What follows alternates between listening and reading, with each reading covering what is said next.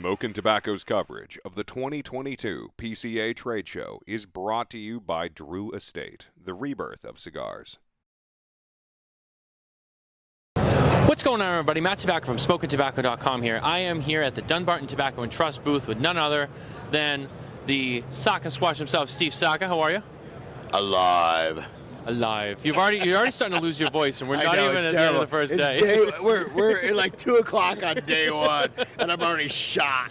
You got a long way to go. Oh, I know. Well, hey, listen, we're always excited to come and see you. Why is that? Why would you be excited to come here? Well, you know, Steve, first of all, I love talking to you because you always have something interesting that I learn every time I talk to you. And I swear a lot. Most people don't swear as much as me.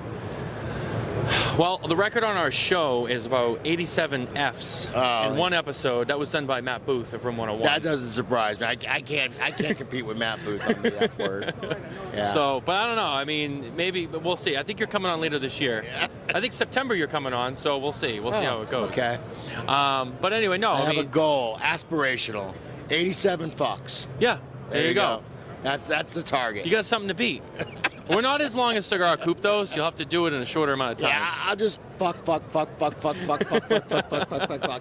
there, I got like at least 8 or 9 in, right? You might have the most of the PCA so far. I don't know. There you go. I'm a winner! So, well, you actually, first of all, I was going to bring this up later. You are a winner. I have an award for you. I don't have it with me, but I'll have to bring it tomorrow. Well, then it doesn't count. But I will have it tomorrow. Really? Most innovation for Stillwell Star. Really? Most innovative cigar last year. Thank you. So we'll bring that to you tomorrow. But we wanted to talk about what you have here today. First of all, the biggest thing here is you got... Why is everybody concentrating on the bag of poo? Well, because that's, you know... Let me tell you, when I called this company, I said, hey, I'd like to buy some poo on wholesale. The guy's like, well, we have minimums, you know, yada, yada, yada. And I said, well, what would it be for like 1,000 bags? And you could hear the guy on the other end just like silence. He's like, did you say 1,000 bags? And I'm like, yeah. I don't think they've ever sold 1,000 bags of that crap to anyone ever in their entire existence. I can see the whole office erupting in cheers. I mean, yeah. Yeah, well, you know, hey, they made a good sale that day. They made a good sale that day. That probably covered them for a few months. But no, I mean, you have that, which is fun, and it's hilarious. And, you know, we're actually going to give one away because we have a big post-PCA giveaway we're going to do. So wow. We're going to give it away. All right, well, let's stop with this. So if we're going to give away a bag of poo, let's add something to it, like a unicorn or something, where the guy that wins actually gets something, for God's sake. Okay. So there you go. It's a bag of poo and a unicorn. And a unicorn. Yeah, absolutely. Why All right, not? well, you heard it from Steve himself, so you have that to look forward to. We're not going to ship a guy a bag of cotton candy poo, for God's sake. That's not a prize. I mean, there would be other things to it, but, you know. Yeah, we'll work it out. Let me say this. Whoever wins the poo will get more shit. All right, you'll get more shit. You heard it from Steve. A unicorn will be included in the shit, but there'll be even more shit. So one of the things I want to talk to you about today was the Saka Khan, the Mi Querida, yes, which I'm smoking here. You're smoking. Yeah. Great cigar. Thank you. Love the cigar. I like the size. It's a really nice size. Tell me a little bit more about this. So, like every cigar smoker, you go through transitions. You fall in love with certain things, then they kind of soften for you, and you fall in love with something else. This particular style of cigar, this Connecticut broadleaf, heavier bodied, really rich, it's probably the only thing that I have consistently smoked since the late 80s. And one of my favorite manufacturers of this style of cigar was the Hatza factory in Honduras in Cofradía. And it was owned by a man named Frank Yanesa, and his general manager was Estela Padron. Estela Padron is the brother of the famous Jose Orlando Padron. His brother was an equally gifted cigar maker. And they were known for making inexpensive Maduro cigars in the late 80s, early 90s. They were the manufacturers, the original manufacturers of Punch and Hoyo de Monterrey before they got bought out by General, which has now become STG. And they were some of my absolute favorite cigars. And it's the only style of blend that I have consistently smoked, now going into almost 4 decades. And when I went to Drew Estate, Liga Privada was really a recreation of those cigars that Frank and Estela made. And when I started Dunbarton Tobacco and Trust, Mi Querida is yet another extension. Not that any of these cigars are identical to one another, they're different. Frank's cigars were different than Liga, Mi Querida is different than Liga and Frank's cigars, but that general basic style genre is the same, the general smoking experience. And one of the things that made Frank's and Estelo cigars quite unique is that a very specific tobacco grown in northern Honduras that was part of their blends. And I wanted to bring that tobacco back. It hadn't been grown in about 20 years. And about 3 years ago, I was able to source the seed, and we started growing that same Honduran leaf in Hamastran. And that is one of the key ingredients that makes the Mi Querida Black different than the original Mi Querida Blue, and then the spicier Tricky Traca. Where it fits in the portfolio, probably somewhere in between the two. It's a little fuller, it's a little heavier, it's a little denser than the blue. It's probably not as spicy and peppery as the red.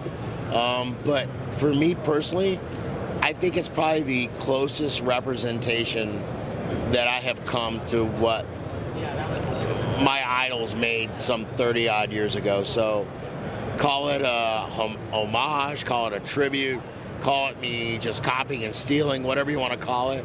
But it is something that I have a very personal affinity for.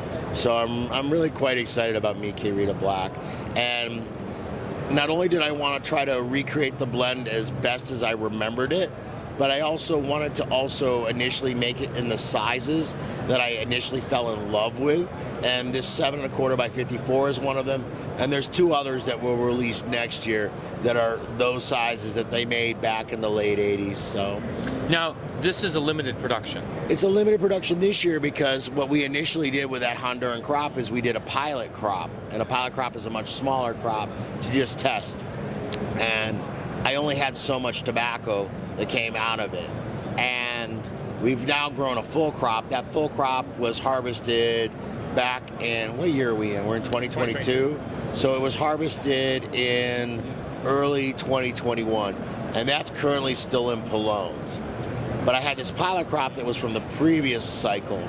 And my dilemma was, this tobacco would have been too old when the other crop came online, and it would have made a blending problem for me.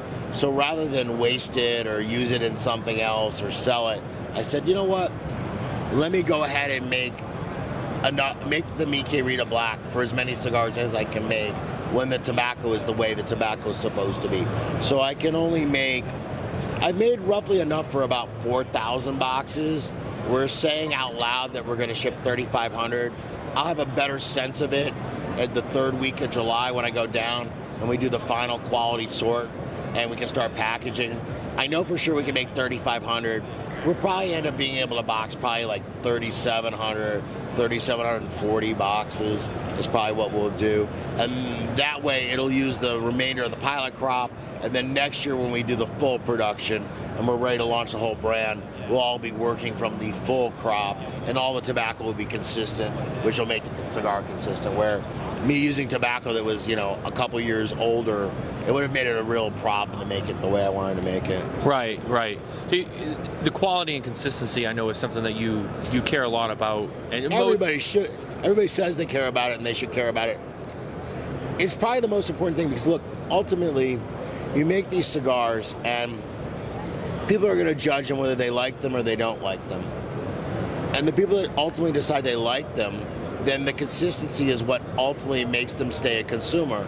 Because if you don't make it consistent, you're not delivering the same smoking experience to them, they then end up not liking the brand anymore. And the guys who maybe like it the way it's changed, they never come back and revisit it.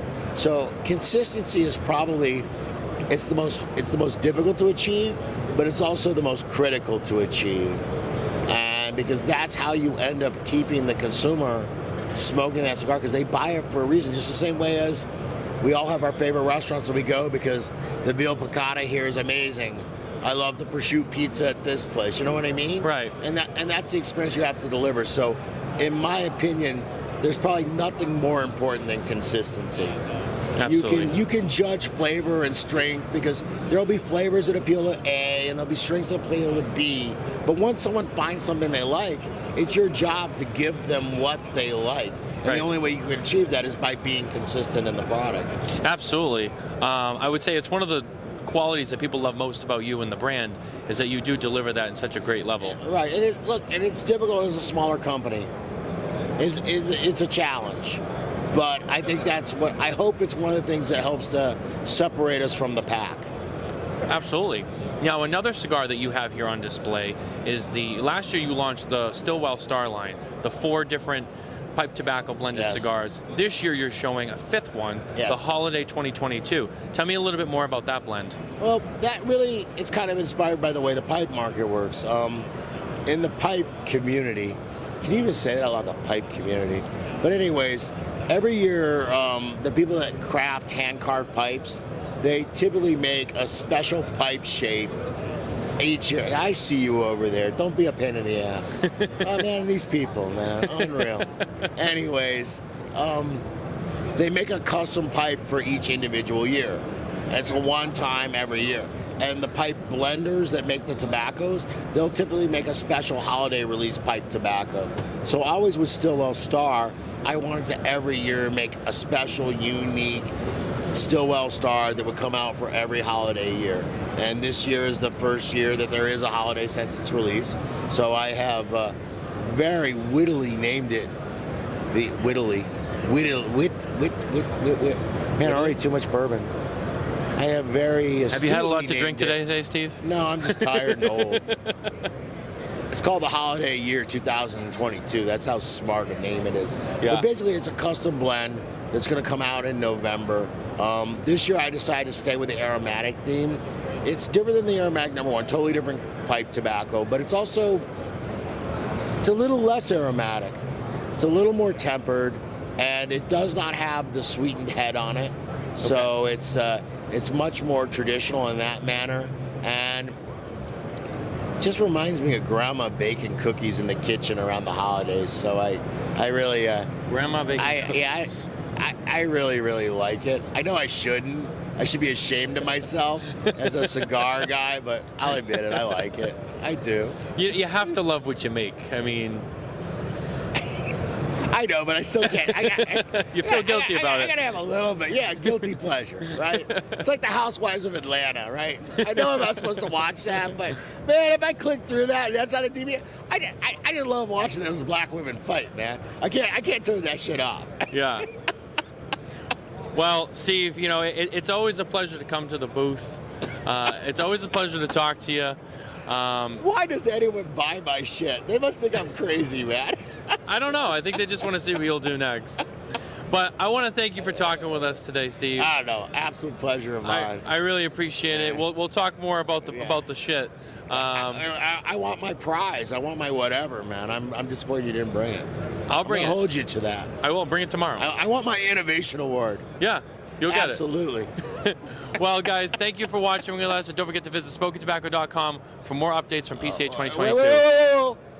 Has anyone congratulated you on your marriage? Every booth, live in the video? Yeah. Everybody, okay. Yeah. All right, well, I don't want to be a dick and not do it. Congratulations. Well, thank you, All Steve. right. We really appreciate it. No. Fantastic. Mazel tov. Thank And you. I'm not even Jewish and I'm saying mazel tov. Wow. Yeah, no. Well, you heard it from Steve. Another congratulations. Mazel tov. Mazel tov. Thank you, guys.